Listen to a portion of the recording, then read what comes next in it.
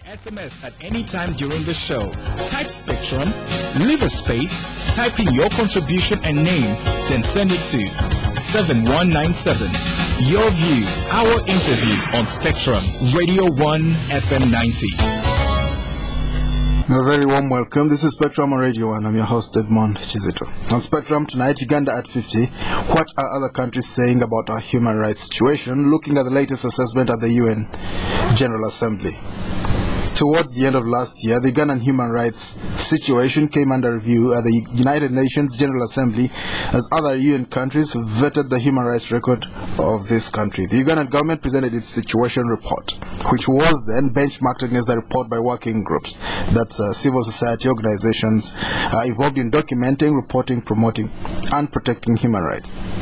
The assessment of the UN is based on the international covenants ratified and adopted by each country and international law.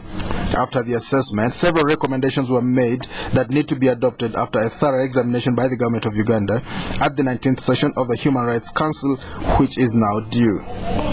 This assessment comes at a time when several reports indicating that the human rights situation in Uganda is deteriorating have been published.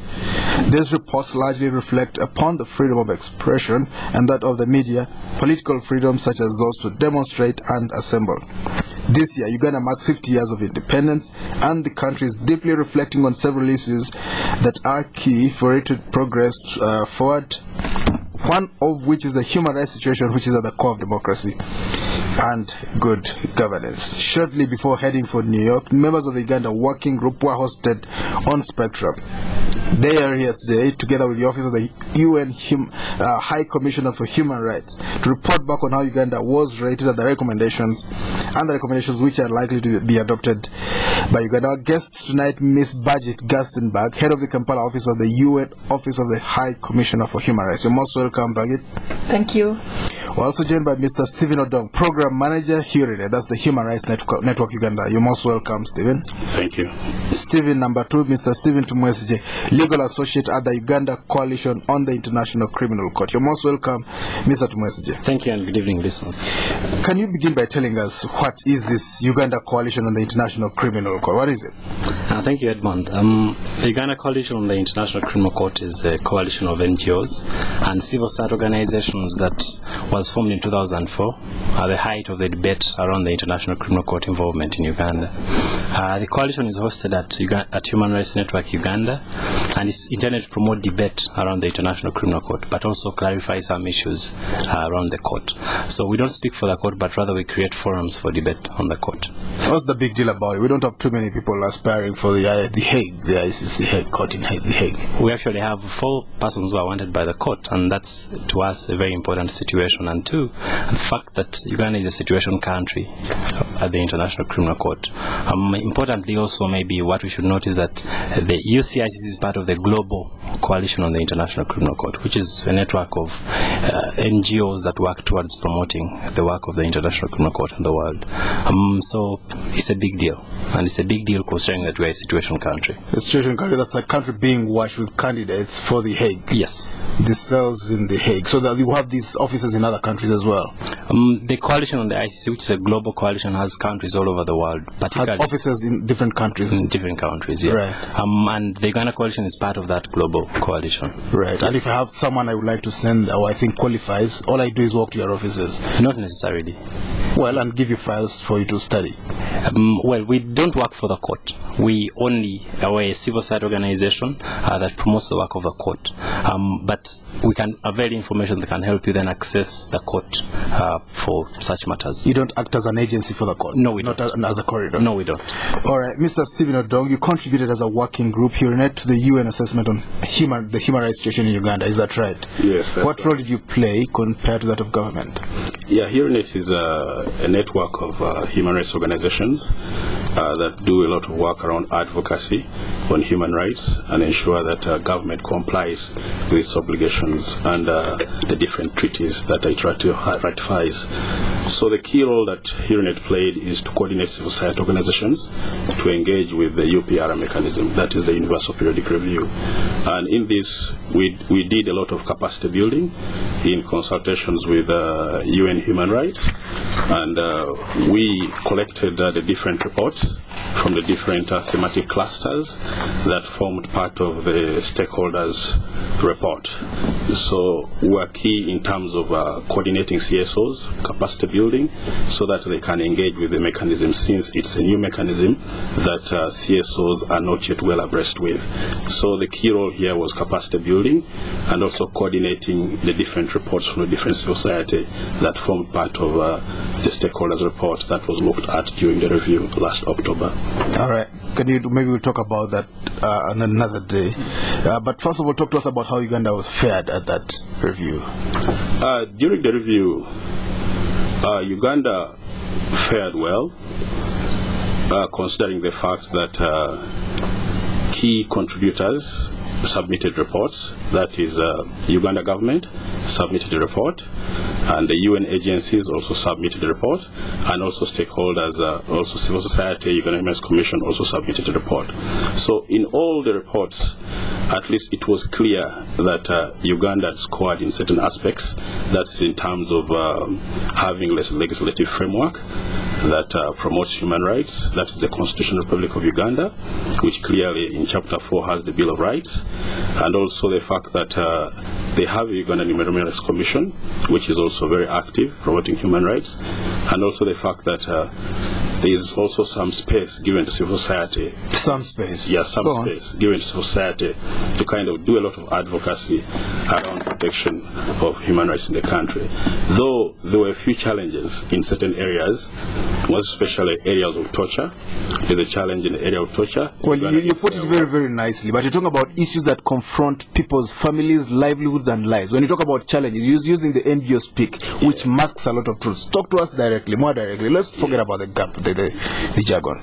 Yeah, very clearly what came out. So let's call them shortfalls, where government falls short. Okay, yes. The key shortfalls that we noted was in respect to torture.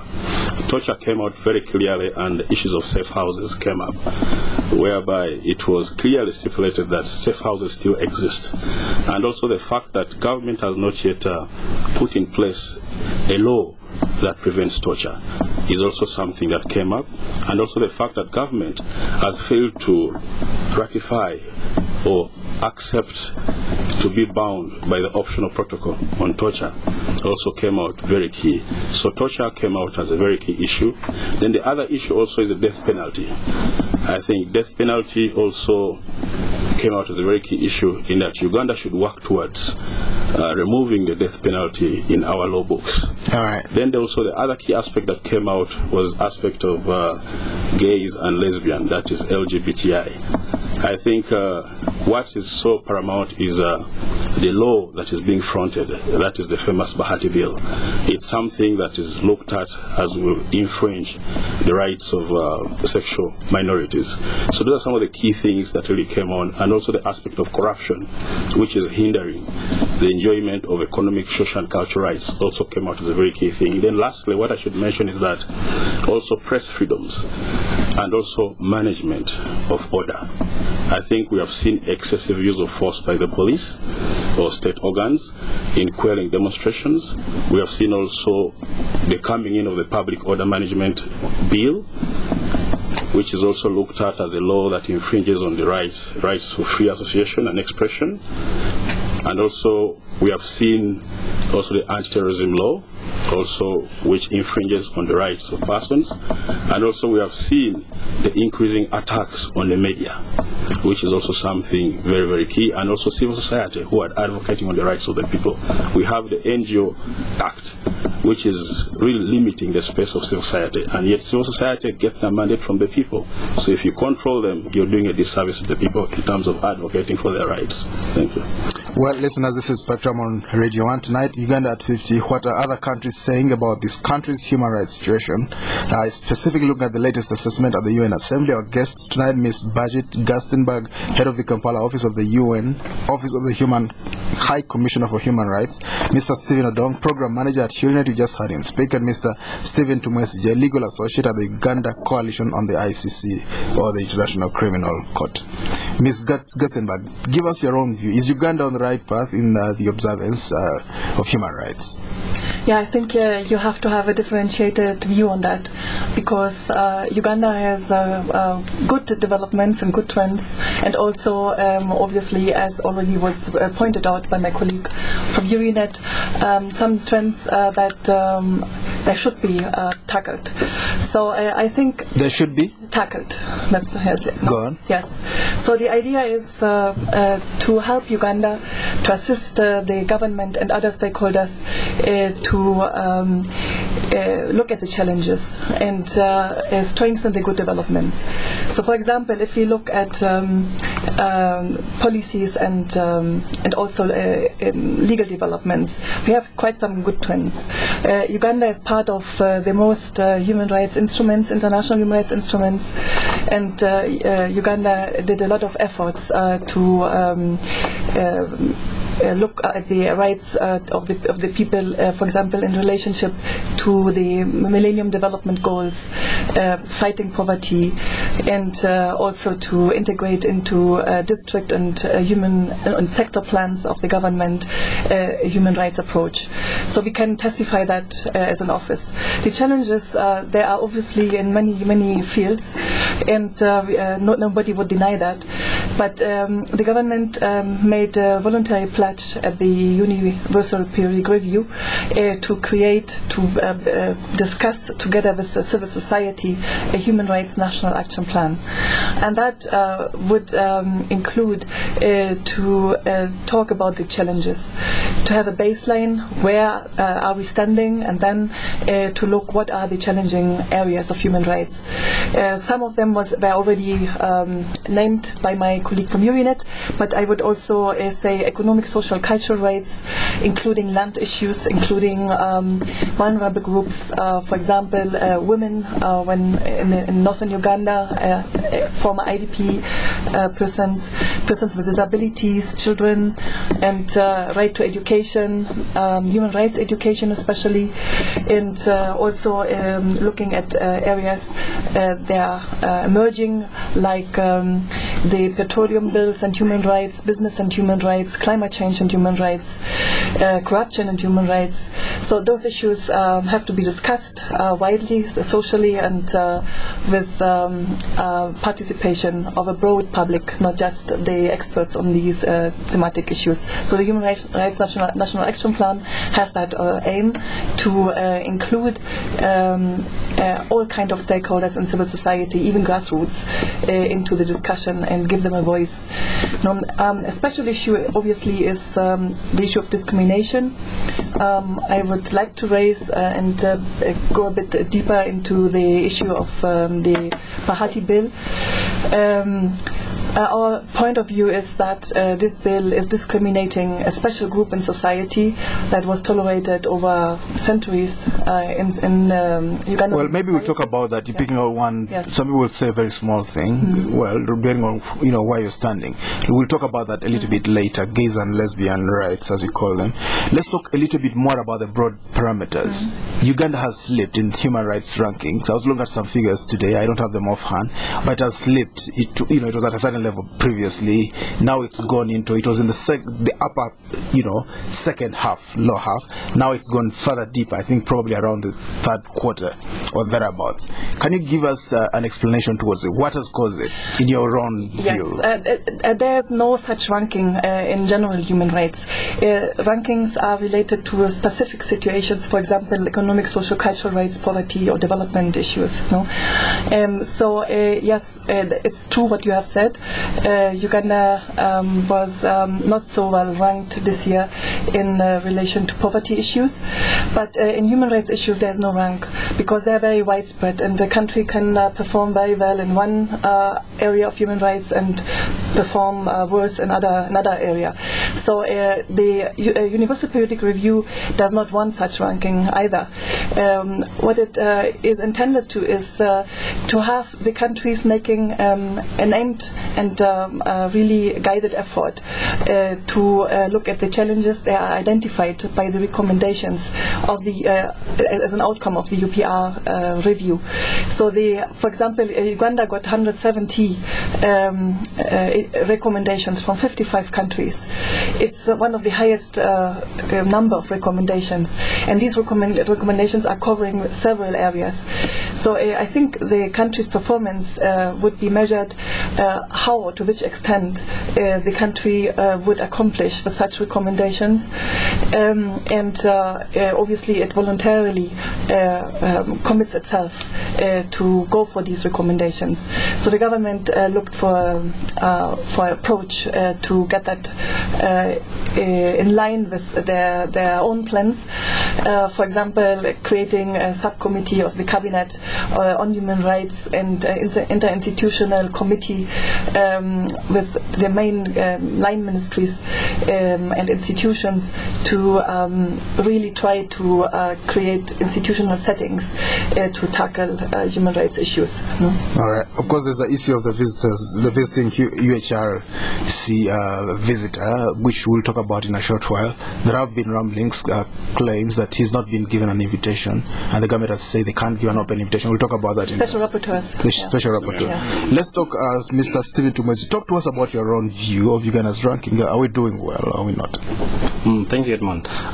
Like my colleagues have stated, maybe to go back about the universal periodic review mechanism, it's one of the fundamental things that have been involved by the UN over time to review states and their performance of their human rights situation. So it's a number of states reviewing another state and saying, this is where you go wrong and this is where you go right. So it's a peer review. And that's very important because although other human rights bodies have been doing that, maybe it's not been listened to, but now it's states doing it for another state and saying, well, this is where you fail and this is where you go right. So the whole process is, in my opinion, very, very transparent. And Uganda submitted its report. It was critiqued by peers, and like she said, 170 states gave recommendations. Uganda then came back and said, we are going to take on these 170 states. What did they say? Some of the things they mentioned were, for instance, on the death penalty. Like Steve was saying, yes. They said that you have to create a moratorium on the death penalty. To remove it from the law books. Remove from the law books, or transmit all death penalty sentences into life sentences. Two was on the public order management bill. Press freedoms and association. That the right to assemble and associate is a fundamental human right, is unquestioned. And therefore states were pointing out to Uganda that the public order management bill that you're proposing may infringe on such rights. There are things where, for instance, on the economic, social, cultural rights, that the increasing cost of living in Uganda is an affront to the human rights situation in Uganda. The poor suffer more. Exactly. And the income inequalities are increasing day by day. And therefore, that's what the states pointed out. And to me, that's very important because then you have a situation where fellow states are reviewing you. A peer review is very, very important. You may be holding out as though you have a strong human rights situation in the country, whereas not. So to me, that's very important, and this process must be taken on very seriously by states and by several actors. But Uganda has slipped. How do you explain this? Slipped because of two reasons. One, either lack of commitment on the side of government to take its obligations very seriously, and two, the increasing clamor for political space. With time, the increasing clamor for political space then will attract the government to restrict certain freedoms. Okay, and therefore the state will then slip in its obligations because it wants. Let's put it in black and white this time. Yes. We had the walk-to-work protest last year. Yes. And a lot of arrests were made. So this is like the kind of thing you're describing in many colors. True, that could be one of the reasons. We had an election last year. Some people think it was not fair, so they go to the street demonstrations. People are arrested and so on. Policemen, they're still on the streets. That could be one of the reasons why the human rights situation has, deteriorated. But it's been going on for some time. Although, like we pointed out, some of the good things that the state has pointed out, like having a constitution, having a... Well, you're being nice and polite. These things have been there for a long time. They were made many years ago. Let's talk about the practice of it. You talk about the death penalty, but it's not been practiced for a long time. That's really on paper. Yeah. We have good laws. That implementing them is another thing, or sticking to them. I would point out that, especially the curtailment of the freedom to associate and assemble, is one of the things that we may point out to. Does it really concern you that there's a slip, or is it just another job, something for you to do on your desk, a career thing? No, it concerns us. It concerns us that there's a slip because, I mean, without a human rights situation in the country, human rights touches every level of society, every area of society that we have. It touches the economic situation in the country. It touches the moral fabric of society that we live in. And therefore, to us, like we said, these recommendations have to be taken seriously by the government of the day. Mr. Stephen Odong, you spoke about safe houses. Where are these safe houses? I think the issue of safe houses, really, no one has the answer to that. Because these are places that are not known to the public, and these are places that are not gazetted, but we believe with the reports that we have, or with the victims that come out, who say that they don't know exactly where they were taken to. So we wonder which gazetted place is not known. So I think that really brings in the question of safe houses. There are certain establishments that are not gazetted where people are taken. Of course, government says they deny that such places don't exist. Yeah, but of course, some of the victims of torture come out and say, at least they testify that they were not in a police station or they were not in any gazetted place. So they are brought from those places to police stations after some period of time. Let's paint a picture here. A man is arrested, or well, mostly it's men. A man or woman is arrested. They are blindfolded. Is that what happens? And then driven to an unknown destination. What exactly happens? How come they say they don't know where they were taken? Yeah, I think the perception really, what comes into play is they're either blindfolded or they are taken to a place that they don't know. How are they taken? Let's forget.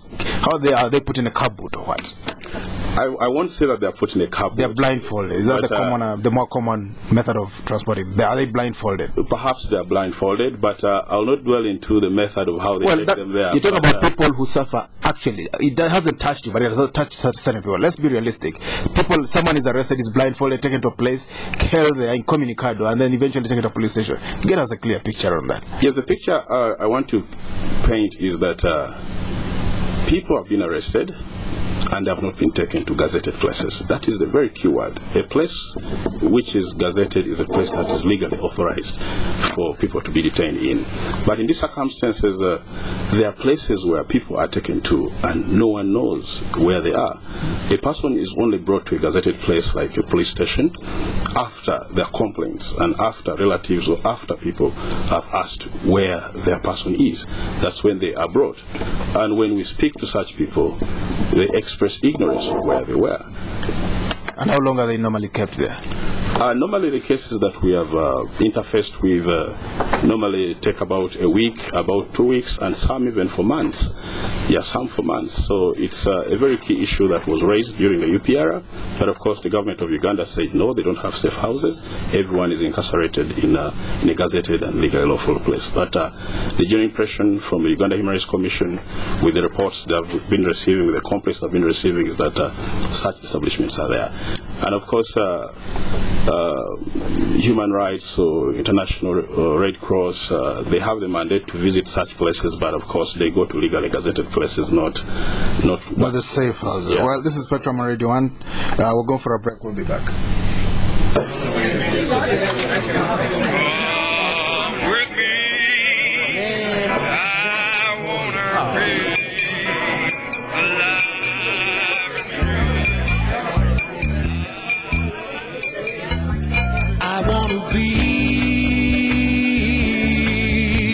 Alive and free. I wanna be alive and free. I wanna be alive and free. I wanna be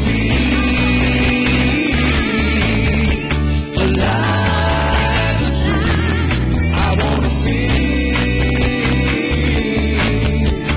alive and free.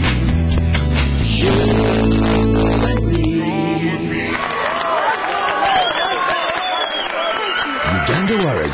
The spirit that binds us. Strictly not for sale to persons under 18 years. Please drink responsibly. Promotion kutoka MTN. We send million shillings every day for 90 days. SMS win to 175. win, everybody. It is time to win lots of money. And all you have to do is Sukun SMS, Sukun SMS, Sukun SMS. Big up MTN for this promotion. Chino Chifufu. Win 10 million shillings every day for 90 days. Simply SMS WIN to 175 to play and win. MTN Sukuma SMS. Terms and conditions apply. MTN. Everywhere you go. Spectrum on Radio 1 FM 90 is brought to you by Stanbic Bank. Welcome back to Spectrum on Radio 1. Tonight, Uganda at 50. What are other countries saying about our human rights situation? Looking at the latest assessment at the UN Assembly. Our guests tonight, Ms. Birgit Gerstenberg, head of the Kampala office of the UN Office of the High Commissioner for Human Rights, Mr. Stephen Odong, Program Manager, Human Rights Network Uganda, and Mr. Stephen Tumwesigye, Legal Associate at the Ugandan Coalition on the International Criminal Court. You'll be able to call in and contribute to this discussion. Madam Gerstenberg, talk to us about this special rapporteur who's supposed to visit Uganda and who's not getting permission to visit. Yes, the special rapporteur are a mechanism installed by the Human Rights Council. There are already more than almost 40 mandates. There are country mandates and thematic mandates. And Uganda, for example, had the visit of the special rapporteur on health and the special representative of the Secretary General for Internal Displaced Persons, or IDPs. Uganda did got several requests of visits for special rapporteurs after the walk-to-work protests, for example, from the special rapporteur on freedom of expression and the special rapporteur on freedom of association. These special rapporteurs, they are visiting a country mainly to assess the situation in their special thematic mandate, and also to look at how they can assist the country, the government and other stakeholders to get over these challenges and to give recommendations to the country. So the visit of a special rapporteur is obviously for a country a difficult situation because the situation is assessed. No? So the special rapporteur would say the findings are ABC, and the special rapporteur is interviewing several stakeholders from civil society and from government. But mainly, obviously, has a contact to the government, no?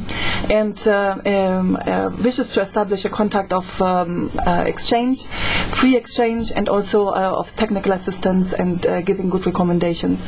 So at the end, and my experience working in several countries, special rapporteurs are an added value to a country because you are getting... They give credibility. Yes, they are independent experts. They are not pertaining to any government or to any body. They are not contracted by the Human Rights Council. They're not getting money. They're just getting paid for their travel expenses.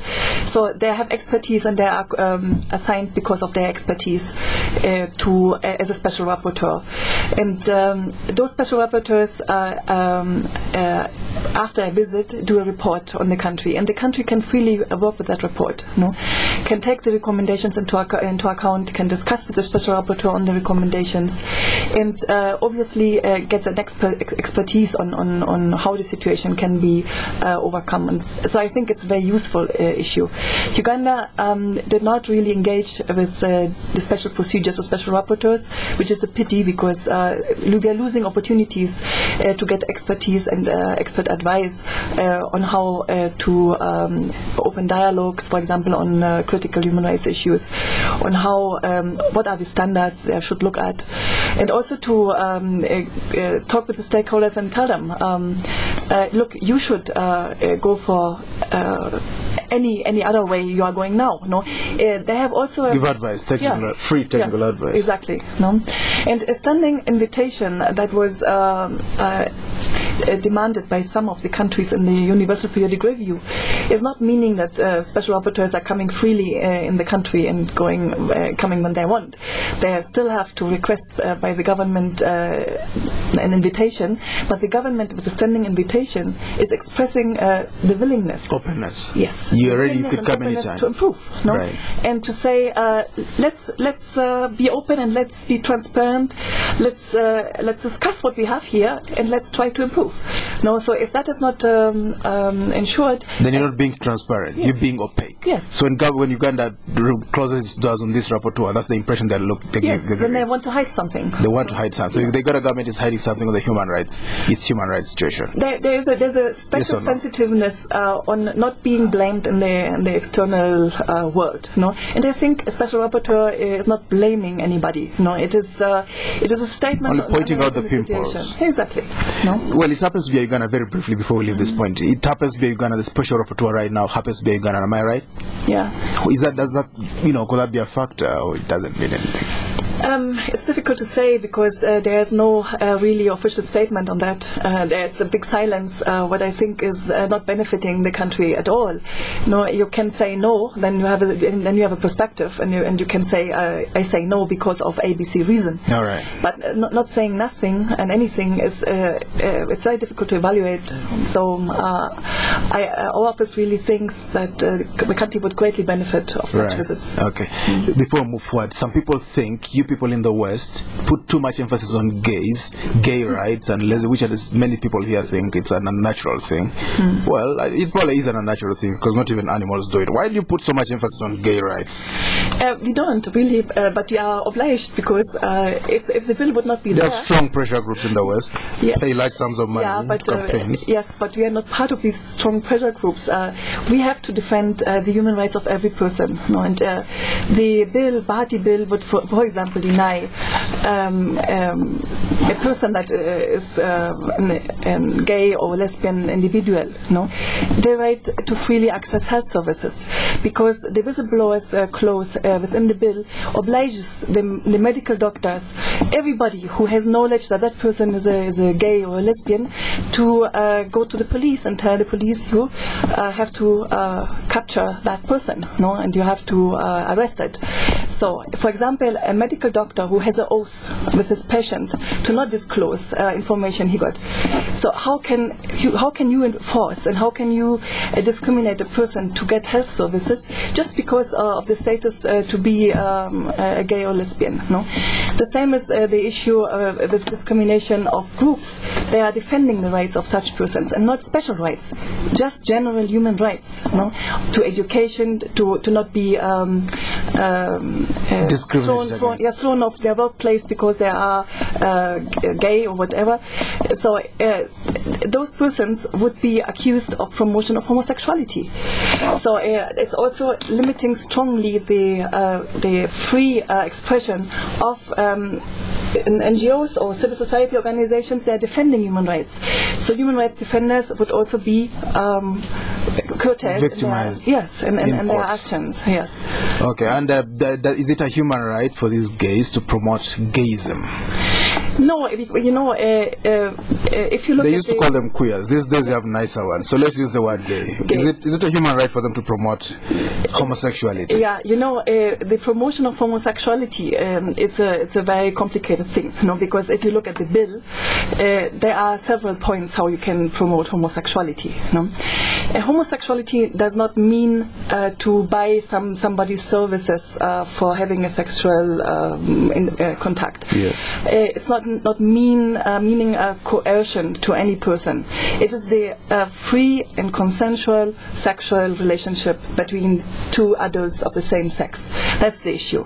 So normally it doesn't have a relationship to prostitution or to defilement or to coercion. They are not under homosexuality. They are crimes. And the Penal Code Act in Uganda is already criminalizing defilement, rape, sexual harassment, and sexual coercion in general. So you don't think they should do that? Yes. So it's a crime. Yes. So anybody who gets pressure to have a sexual contact, who he or she doesn't want to have, it's already a crime. Yes. So you don't think we need another bill? No, because it's already in the criminal laws. It's already there, and it's quite for every person, because defilement is not just done by homosexuals. It's also done by people that are not homosexuals. All right. Okay. Harassment and rape is committed by other persons as well. So when you are singling out a group No, then you are discriminating. All right. No, that is the issue. Okay. Mr. Of course, it goes deeper, but there's no time to go into details right now. Mr. Stephen Tumwesigye, talk to us about economic crimes. You know that Rwanda has just scored what somebody called a hat-trick. They've been able to register high speed, high growth, poverty reduction, and reduced income inequalities. How is Uganda faring there? Specifically, the report on the recommendations by other states noted that the economic, social, cultural rights, that emphasis has been placed on having laws that protect civil and political rights, but there hasn't been laws that protect economic, social, and cultural rights. And health services are not accessible, and the education system is very bad.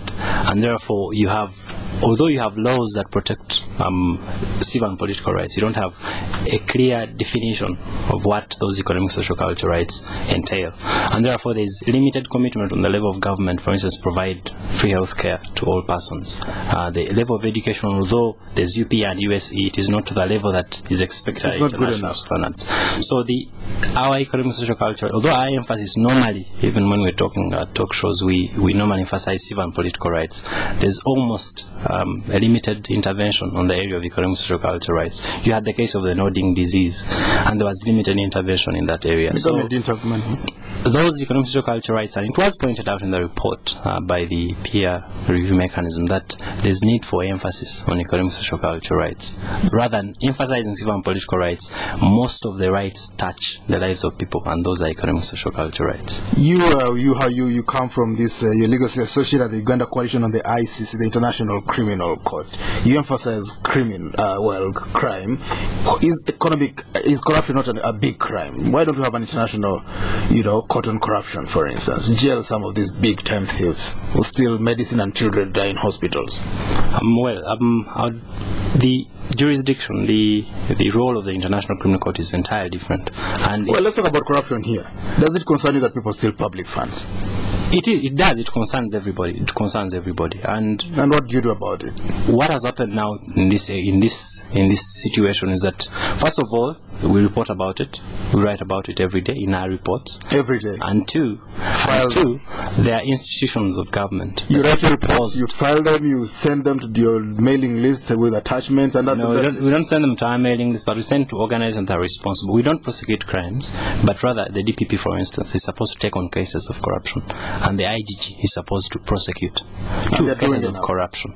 We think that there's a limited institutional, I would call it institutional willingness to prosecute some cases. Say that again. You think there's limited institutional willingness to prosecute some cases. The officers that we have are not keenly interested in prosecuting crime, economic crime, corruption. Although institutions are there, the political will is limited. That's what I would say. Uganda has a weak political will to fight corruption. Yes. Yeah. Let's talk about something else. Stephen, number two, Mr. Stephen Odong from HearingNet. Talk to us about safe houses and the rapid response unit, which was a police unit in Chireka. It was disbanded. Then all of a sudden had something called the Special Investigations Bureau. They changed the name, removed the signpost, maybe put another. The same thing continued. Is that right or not? Yeah, I think the aspect of safe houses really is a very critical thing. And normally, government reaction on certain issues is disbanding something but putting it in another form. They paint a new signpost. I think RRU came up after Wembley. I think Operation Wembley became very unpopular, and they brought in RRU.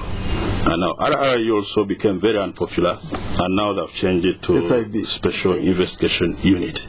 You see, which is more or less doing the same things. And of course, we know what was happening at RRU. I think people who come from there will confess that that is hell. That was hell. You see, because a lot of issues happened there. So, and also the kind of people who are taken there are either people who have committed political crimes, or people who have either done something against the government, or treason, or treasonable acts, or sedition, or something like that. So they don't take them to the normal police stations, but they take them somewhere where there are not television cameras and costumes. Well, there's totally nothing, and they have specialized people to handle them and pull information from them. So I think it became very unpopular.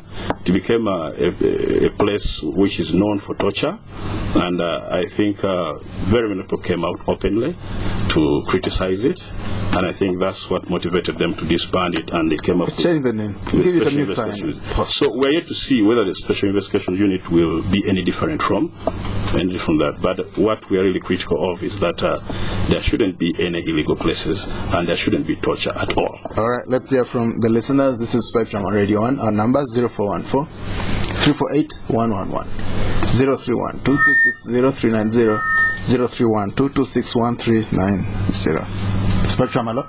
When you call in, please tell us your name and where you're calling from. Still on that, the safe houses, let's talk a little bit more about the rapid response unit. There was a young man who was arrested. He had written a book. He was released and he went. No crime was ever brought against his name. What can such people do? Can they get redress? Yeah, I think such people can get redress. I mean, if you're arrested without any reasons, and in the process, if you're tortured, I think you can get redress. I think the courts of law have jurisdiction to handle that, and also in aspects of torture. And you can get a compensation. And you can get a compensation. Has it happened? Do you have a record? We know a certain man was compensated for not planting flowers at the city square. Yeah, we have. Can they get compensation such as speed, for instance? Uganda Human Rights Commission has handled a lot of cases, and compensation has been given to victims who have suffered the acts of government. So the only challenge is that realizing the fruits is the biggest challenge. I think getting the award from government is the challenge, but the number of cases that Uganda Human Rights Commission has handled and the courts have handled whereby they have succeeded and compensation awarded, but getting the reward is the challenge that we have currently. What's the roadblock to that? I think the roadblock is the bureaucracy and also lack of... Okay, we have a call on the line. Spectrum, hello? Hello. Yes, your name? Yes, Mukenya Chachambros is my name. Yes. Yes, I have a case that I reported to those people with the Human Rights Commission. In fact, it was concerning all about these people who were arrested during the so-called Uganda riots. But sincerely speaking, the investigations you made were not even forwarded to me. We don't know why those people are not brought to court, and even if they are brought to court, sometimes they are denied the real maybe attendance that they should deserve as maybe prisoners. What is your take on that? What is my answer over that? Because I presented my papers to you people, but there is nothing. All right, let's get the answer there. Yeah, I think Church Ambrose, there's a distinction between Uganda Human Rights Network and Uganda Human Rights Commission. I think you should follow it up with Uganda Human Rights Commission, but it's very unfortunate if at all it was not followed up, but we ask you to kindly go to Uganda Human Rights Commission and follow the issue from there. Spectrum, hello? Okay, we lost that other call. Yes? I was going to tell you about, Edmond, I was going to tell you about the torture, the anti-torture law, the prevention of torture bill that is being proposed in Parliament. You realize that before, if you are tortured, you would then have, damages against government. Yes. But today, what the bill is proposing is that that very person who has committed the act of torture will pay you some money. Not pay you some money, but will be prosecuted for the act of torture, and two, will pay you compensation for the act. The individual pays you. The individual pays you compensation, and we feel that go to jail for it. That's very progressive, because then you remove this shell of government. You discourage these policemen from carrying out orders from above. You would carry on orders from above lawfully, but if you do them and then commit acts of torture, then that is very wrong. And what we are proposing in the law is that such persons should then be prevented. Other people don't commit such acts, because torture is one of the most barbaric acts that can be committed against an individual. Do you see a chance of that bill becoming law? It's actually before the Legal and Parliamentary Affairs Committee, and NGOs and other members have been presenting their opinions about them. And to us, that is very, very important, and we think that, and the report of Uganda, the recommendations by the peer review mechanism states that you need to pass that torture bill and also ratify an optional protocol that eliminates torture in the country. So to us, that is very, very important. And like Steve pointed out, although the mechanisms are there, we need to emphasize the importance of persons being restricted from committing acts of torture. Well, we look forward to seeing that. Ms. Gerstenberg, can you talk to us about these Uganda riots? Why are those people still in jail? It's well over a year since they were taken to court. Yes, it is unfortunate, because the judiciary that has the oversight about arrests and the long remand periods, as well as the backlog of cases in the judiciary, might have contributed to that fact. No? So that there are still persons in jail who were remanded or were arrested during the Uganda riots. Okay, let me interrupt you there so we can hear from another caller. Spectrum, hello? Hello? Yes, sir, your name? Hello? Hello, you're live on Spectrum, your name? Yes, my name is Stephen Langa. Yes, Stephen Langa. And I want to thank you for this very interesting debate, or rather discussion on human rights. My submission is that, yes, I think there are areas where human rights need to be improved in this country. But I specifically would like to challenge the issue that has been brought up, that homosexuality is being promoted as a human right. I think that is something that is a mistake, and it is something that is actually derailing people from the real issue about homosexuality and so on. I'd like first of all to quote the Universal Declaration of Human Rights, 1948 document. In that document, there is no reference at all to homosexuality. Then you go to International Convention of Civil and Political Rights of 1966. Again, it's a document that has no reference at all to homosexuality and gay rights. These are the documents which have been agreed upon by states and therefore are binding. Now, you find that homosexuality is a matter that has come up lately. It is something that has just been drummed up using a lot of lies and taken through the UN, and now they are trying to force governments around the world to accept this thing as a human right, when actually it is not. And a lot of these conventions that they keep quoting and all this and all that, really, those conventions don't have this thing as a human right. It is something that a small group of homosexuals have inserted in international documents and are now trying to get everybody to rally with that, and using the power and the influence of the UN and international organizations to promote an agenda which is actually not right. Homosexuality is a moral matter. And if you look at both all these documents that I've said, which are human rights documents, which are accepted by all nations, you find that actually they talk. If I can give you an example, for example, the International Convention on Civil and Political Rights, in Section 19, 1, 2, and 3, it says that the rights and freedoms of expression may be subject to certain restrictions based on public order, public health, or morals. Now you can see morals appears there very, very loudly. Now, homosexuality is a moral matter. So we shouldn't be deceived that it's a human right. It is a moral matter. And obviously for us here, it's immoral to act or to be a homosexual.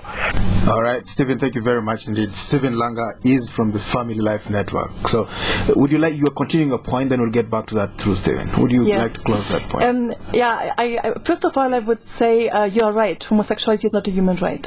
And that's, nobody is saying that. It's a moral issue. Yeah, it is a moral issue. It can be a religious issue. It's unnatural. Yeah, no, I would not say that, because persons... it's a natural thing for some people. Yes.